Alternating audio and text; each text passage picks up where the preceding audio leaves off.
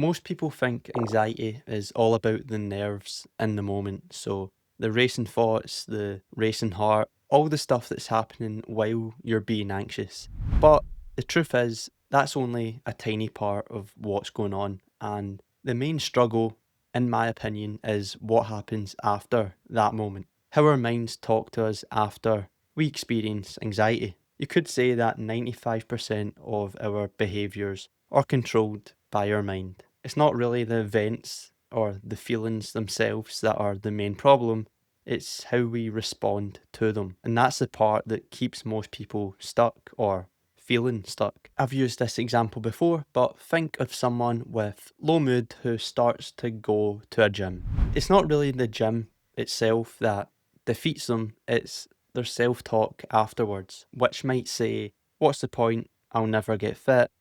I only stayed in the gym for 20 minutes. That's rubbish." They might push through once or twice, but eventually that voice in their head will wear them down and they'll stop going to the gym. Not because working out is impossible, but because their mind shut down their progress before they could build momentum. Very quickly, I'm creating a small 10-day workshop for people with anxiety. If this sounds interesting, I'll put the link down below and you'll have access to it as soon as it's ready. The two arrows concept works here as well. So the first arrow is the initial discomfort of going to the gym. So the soreness of working out, maybe the nerves of stepping into the gym. The second arrow is what happens afterwards. So telling themselves that they'll never get fit and that wasn't enough. It's that second arrow, the self-criticism, that hurts way more than just working out. And it's the same with social anxiety. The first arrow is the natural nerves before an interaction, and the second arrow is the voice in your head telling you that that wasn't good enough or that was awkward. Put very simply, what gets rewarded gets repeated, and what gets punished gets avoided.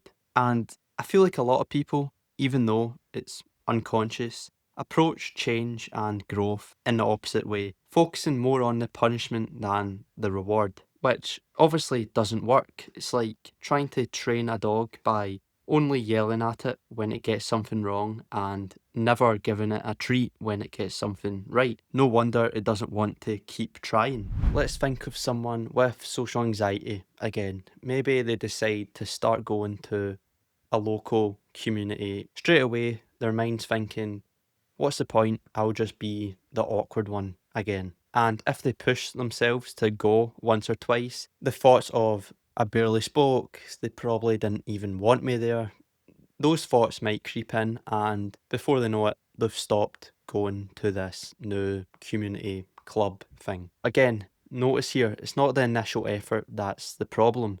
They got out, they went to this club, they did great. It's the way their mind responded to the effort that made all the difference.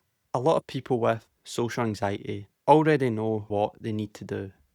Practice gradual exposure, focusing on external things instead of themselves. But even knowing all that, still make choices that keep them feeling stuck. And I think the main thing behind all that is their self talk, how they respond to their own progress. So, what can we actually do about this? The first step is awareness. In a lot of cases, we don't realise how hard we're being on ourselves. But once you start noticing it, you can start changing those patterns. Another thing we can do is to start a small wins journal. So this can be done in a notebook or in your phone.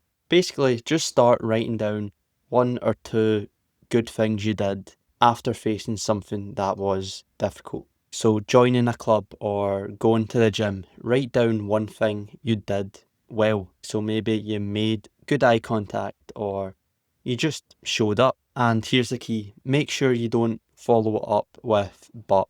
I made good eye contact, but I still felt awkward.